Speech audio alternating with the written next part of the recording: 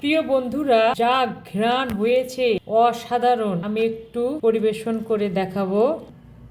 কালারটা যা সুন্দর হয়েছে, গ্রেভি যেমন সুন্দর হয়েছে, খেতেও তেমনি অসাধারণ হবে এই ঘন্টটি। গরম ভাত দিয়ে এরকম ঘন্ট খেলে সব রেসিপি যাবেন ভুলে। শীতকালে কিন্তু নানা রকম সবজি বা শাক পাওয়া যায়, তেমনই একটি শাক দিয়ে আজকের এই সুস্বাদু রেসিপি তৈরি করেছি। ভালো লাগলে আমার চ্যানেলটি সাবস্ক্রাইব করে ভিডিওটি লাইক কমেন্ট শেয়ার করে আমার সঙ্গে থাকবেন। চলুন দেখে আসি পুষ্টি গুণে ভরপুর মটর শাক আর কাতলা মাছের ঘন্ট।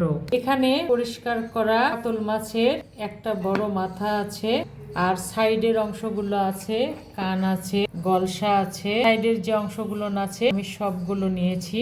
ঘন্টতে এসব দিয়ে করলে ঘন্টটা অনেক মজা হয়। মাছে এখন সামান্য মশলা দেব, সামান্য কাঁচামরিচ বাটা, সামান্য আদা বাটা, সামান্য রসুন বাটা, মরিচ গুঁড়া, সামান্য লবণ, পরিমাণ মতো হলুদ, হাফ চামচের একটু বেশি হবে। মাছগুলো আমি মেখে নেব, সুন্দরভাবে মেখে নেব যেন মাছের গায়ে গায়ে মশলাগুলো লেগে থাকে। আর এভাবে মেখে নিলে পরে মাছটা খেতেও ভালো লাগবে, রান্নাটা অনেক সুস্বাদু হবে। মাছের ভিতরে মশলা ঢুকবে।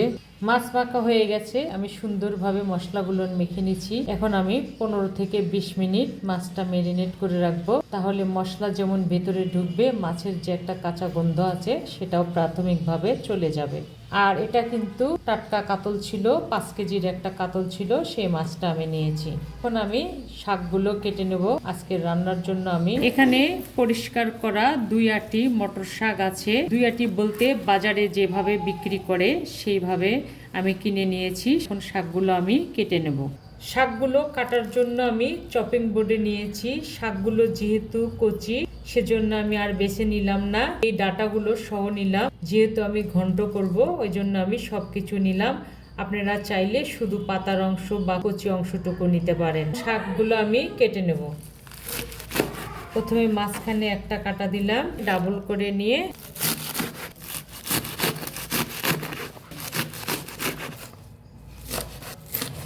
শাক কাটার পরে আমি গামলাতে উঠে নিয়েছি। আমি ছোট ছোট করে কেটে নিয়েছি রান্নার সুবিধার জন্য। তো এখন শাকগুলো আমি সিদ্ধ দেব, আর এদিকে মাছটাও 20 মিনিটের মতো হয়ে গেছে। শাক সিদ্ধ দেওয়ার জন্য কড়াই বসে দিয়েছি।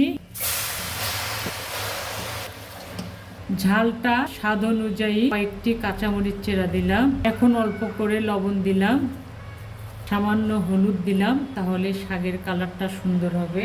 শাকে কিন্তু পানি দেওয়া যাবে না, শাক থেকে অনেক পানি বের হবে, সেই পানি দিয়েই সিদ্ধ হবে। যেহেতু টাটকা শাক, শাকে অনেক পানি আছে, সেজন্য পানি নাও লাগতে পারে। কয়েকটি রসুন দিলাম, শাকে একটু রসুন দিতে হয়। শাকটা আমি উল্টিয়ে পাল্টিয়ে সিদ্ধ করে নেব। মাঝে মাঝে আপনাদেরকে দেখাবো। ওদিকে মাছ ম্যারিনেট করা 20 মিনিট হয়ে গেছে। এখন আমি মাছগুলো ভেজে নেব। ঢেকে দিলাম। মাছ ভাজার জন্য প্যান বসে দিয়েছি, গরম হয়ে গেছে। আজকের রান্না সরিষার তেল দিয়ে করব, তাহলে বেশি মজা হবে। প্রথমে মাথাটা দিলাম, সাইডে এগুলো দিলাম।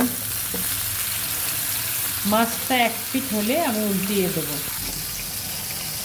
এদিকে শাক অনেক কমে গেছে, মানে সিদ্ধ হতে ধরেছে। এখন উল্টিয়ে পাল্টিয়ে দিচ্ছি। শাকগুলো প্রপার ওয়েতে সিদ্ধ হবে। মিডিয়াম আর লো আছে শাকটা আমি সিদ্ধ করে নেব। শাক থেকে কিন্তু অনেক পানি বের হয়েছে, আরো বের হবে। পানির কোনো প্রয়োজন নেই। মাঝে মাঝে এভাবে নাড়াচাড়া করে শাক সিদ্ধ করে নেব। মাছ 1 পিঠ হয়ে গেছে।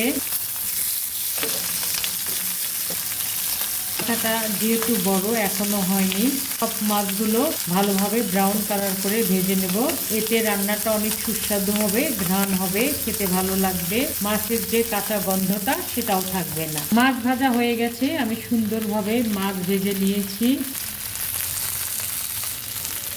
এদিকে শাকটাও সিদ্ধ হয়ে গেছে, শাকটা আমি বন্ধ করে রেখেছি। এখন আমি মূল রান্নায় চলে যাব।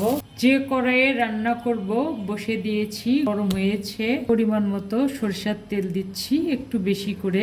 একটু মোটা করে কাটা পেঁয়াজ কুচি 1/2 কাপের মতো, সঙ্গে জিরা ফোড়ন 1/2 চামচের মতো, মৌরি সামান্য পরিমাণ, 2-3টা শুকনা মরিচ, ফ্লেভারও যেমন আনবে, গন্ধটাও সুন্দর হবে, কালারটাও ভালো হবে। পেঁয়াজ ব্রাউন কালার হয়েছে, এরকম ব্রাউন কালার করে ভেজে নিলে রান্নাটা সুন্দর হবে, টেস্ট হবে রান্নাটা।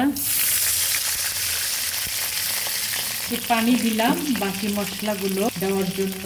1 টেবিল চামচ আদা বাটা, একটু গ্রেভি গ্রেভি হবে সেজন্য।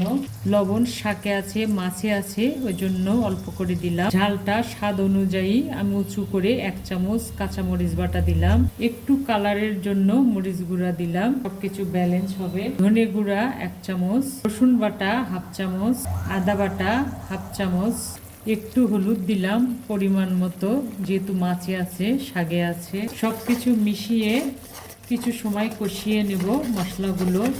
মশলা কষানো হয়ে গেছে। কালারের জন্য টমেটো দিলাম, যেমন কালার করবে তেমনি সুস্বাদু করবে রান্নাটাকে। টমেটো সহ মশলাটা আরও ভালোভাবে কষিয়ে নেব, যেন টমেটোর কাঁচা গন্ধটা না থাকে। মশলা কষানো হয়েছে, তেল ভেসে উঠেছে। এখন ভাজা মাছগুলো দিয়ে দিলাম। প্রথমে মশলার সঙ্গে মাছগুলো ভালোভাবে কষিয়ে নেব। মশলার সঙ্গে মাছের মাথা সুন্দরভাবে কষে নিয়েছি, তেল ছেড়ে এসেছে। এখন উষ্ণ উষ্ণ গরম পানি দিলাম, এখানে 4 কাপ পানি আমি একবারে দিলাম। মাছটা আরো ভালোভাবে কষাবো, তাহলে রান্নাটা আরো সুস্বাদু হবে। পানিটা ফুটে ওঠা পর্যন্ত অপেক্ষা করব। সুন্দরভাবে ঝোলগুলো ফুটে উঠেছে। আমি এই ঝোলের মধ্যে মাছের মাথাটা 5-7 মিনিট প্রথমে রান্না করে নেব। আস্তে আস্তে মাথার অংশগুলো ভেঙে দেব। আমি প্রায় 10 মিনিটের মতো রান্না করেছি। মাছের মাথার অংশগুলো সব সিদ্ধ হয়ে গেছে। আমি আস্তে আস্তে কিছু অংশ ভেঙে দিয়েছি। এখন এইখানে যে মগজটা থাকে সেটা ভেঙে দেব। এই যে নরম তুলতুলে অংশটা, এটা বের হলে রান্নাটা অনেক সুস্বাদু হবে। আর এ পর্যায়ে দিতে হবে সব কিছু ভালোভাবে মিশিয়ে একবার চেক করে নেব লবণ ঠিক আছে কিনা। আমি সুন্দরভাবে মিশিয়ে নিয়েছি। মাথাটা কিন্তু সুন্দরভাবে ভেঙে দিয়েছি, সব সাইডের অংশটুকুই ভেঙে দিয়েছি। এতে করে রান্নাটা আরো অনেক সুস্বাদু হবে। তো আরো কিছু সময় রান্না হবে, মিডিয়াম আর লো জালে রান্নাটা হবে। জাল দিতে দিতে যখন দেখবেন এরকম ঝোলটা গাঢ় হয়ে আসবে, গায়ে গায়ে লেগে যাবে, এ পর্যায়ে আমি 2-3 টেবিল চামচ আতপ চাউলের গুঁড়া আছে, ঠান্ডা পানিতে গুলিয়ে রেখেছি, এখন সাইড দিয়ে দিয়ে দেবো। এটা দিলে একটু আঠালো আঠালো একটা ভাব হবে। এটা দিয়ে বেশি রান্না করব না, যেহেতু ঘন্টটা আমাদের হয়ে গেছে। 1 মিনিটের মতো রান্না করব। ভালোভাবে মিশিয়ে দেব। স্বাদে কিন্তু একদম দুর্দান্ত হয়েছে। প্রিয় বন্ধুরা, দেখলেন তো কাতলা মাছের মাথা দিয়ে মটর শাকের ঘন্ট তৈরি করলাম। এভাবে আপনারা তৈরি করবেন, ছোট বড় সবাই একদম গরম ভাত দিয়ে তৃপ্তি করে খাবে। আজ এ পর্যন্ত, ইনশাল্লাহ আবার দেখা হবে নতুন কোনো শীতকালীন রেসিপি নিয়ে। ভালো খান, সুস্থ থাকুন, আল্লাহ হাফেজ।